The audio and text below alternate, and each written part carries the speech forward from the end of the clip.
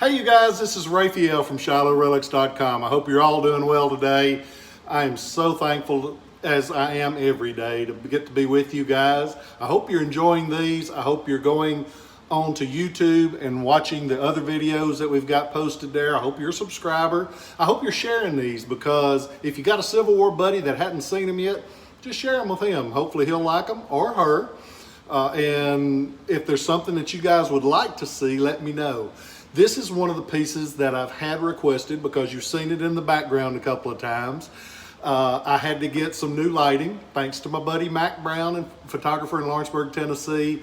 He called up and he said, I don't know if you would like to do this, but I got something that could help you. He said, get this special lighting and it will make the items show up better and it will be a better presentation. Only drawback is you can see me better now. But anyway, we'll skip that. Thank you guys for watching, and I do appreciate every share, every like, every comment. If I can help, I'll be glad to. Today we're going to talk about a cool uniform from the Civil War. This one is the classic single-breasted frock coat, like would have been worn by the lower ranking officers in the Union Army. This one we know was worn by a soldier from the state of Vermont, and it's because it has the Vermont state seal buttons going down the front. And they are a beautiful button. If you hadn't seen one before, check this out. I've always thought they were a really cool design. They've got the stag's head design. They read freedom and unity. They have the design. It was set up in 1778. And it's just a cool design. I think you'll like it. If you can't afford the coat, I bet you can afford one of the buttons. The cuffs are 40, 50 bucks, and the coat size are around 100. So let's get to the coat. This is the classic style. They're made out of wool. They were very deep, dark, rich blue. A lot of times they'll almost look black. With a Civil War coat, there's several things you want to look for, because there's not a hell of a lot of difference between a Civil War coat and an 1870s coat most of the time. And there's a thing, well, you can never say 100% what to look for on a Civil War coat, because there are a lot of variations. There are some things that you want to look for to get you to the fact that you're comfortable with it being a Civil War coat if it doesn't have a soldier's identification to it. There's a few things that I look for when I buy one. When I walk up to a coat, I want to see a long skirt, and the skirt is the lower part of the uniform past your waist, and you want to see it long. One thing that I'm going to show you, it's kind of interesting.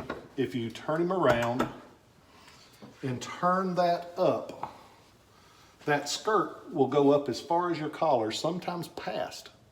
And if it does, that's a good early thing. Those 1870s ones start shortening up because they get in the way. And while we're back here, one thing about these coats, they have pockets in the tails, actual functioning pockets in the tail. You can see the picture here a little bit better. But this one has a pair. It has the pair of the Vermont buttons back there. Like to see the long skirt, like to see the pockets. You want to see, when you turn her back around, you want to see the collar is usually an inch or taller. A tall collar is a good thing. A lot of those early uniform coats will have a collar that tall. These, they get down to around over an inch. The 70s and later ones are smaller than an inch most of the time. In the sleeves, you want to see a big wide sleeve. General rule of thumb, 9 inches in the elbow, 5 inches in the cuff. 9 to 5 or better. Thank you, Dolly Parton. I will save you my rendition of Dolly Parton doing 9 to 5, but you would get a kick out of it because it would be hilarious. The 9 to 5 on the sleeves, inch on the collar, skirt going past the collar. You want to see hand stitching on most of it, if not all of it, hopefully all of it. You want to see the liner. And the liner, a lot of times, will be this rich color green. And it didn't start off that way. That's just the dies turning green over the years. This one has the shoulder insignia like you see here. And there's a few things we learned from this insignia. See the blue? That lets us know that it was worn by somebody in the infantry. So we got a Vermont infantryman. What's his rank? See that single bar on the insignia?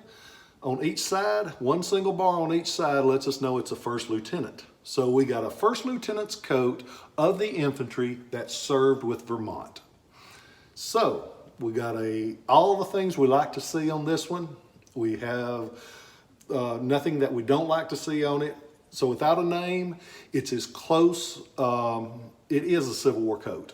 And there's that, when you can check off all those boxes, you take that leap of faith and it's a Civil War coat. And this one has a great look, as you can see. It's got all the buttons. A lot of times the buttons are missing. These buttons are made by Scoville in Waterbury, Connecticut. Biggest company making buttons during the Civil War, and we're going to talk about them in a couple of days. I've got a little project I'm working on, so hopefully the new lighting system will make those appear better. I hope that you have enjoyed this one. This is a great coat. You can go on to ShilohRelics.com. You can see pictures of it inside and out. It's got the full liner. It's got the sleeve liners. And that's an important thing because a lot of times those are missing. This one has everything. It's $4,900. It's not cheap, but it's real. And as my friend Steve Mullinax used to say, I never said it was the cheapest, but I said it was real.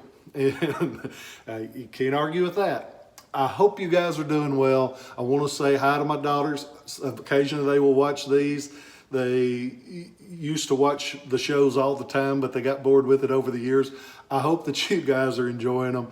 And I hope that when you get that chance that you're always kind, because I am so thankful for the acts of kindness that have been shown to me over the years. I hope you have a great evening, and I'll catch you next time.